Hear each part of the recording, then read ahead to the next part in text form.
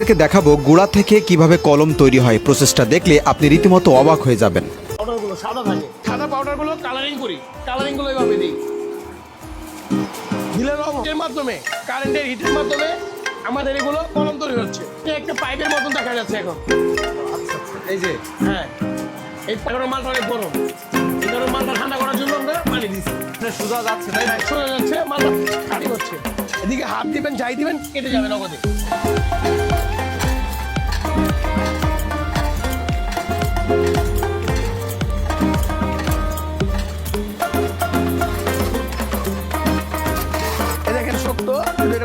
কলম হয়ে গেছে, এখন এটা কলম বুঝে যাচ্ছে না।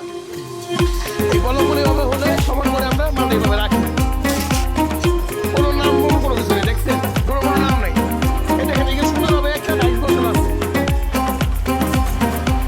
দেখছেন? লোহার ডাইসে আমাদের রাখিভাবে খোদাই করা।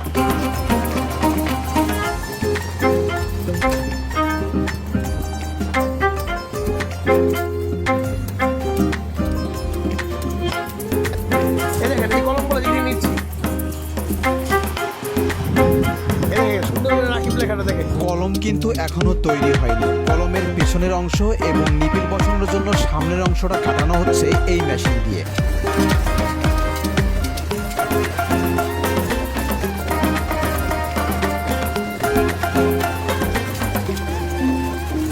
এখানে হাজার হাজার যে নিপিলগুলো দেখতে পাচ্ছেন, এবার এই নিপিলগুলো কলমে বসানোর পালা। এগুলো কিন্তু সম্পূর্ণ তৈরি হয়ে গেছে। সেই কলম কিন্তু এই কলম।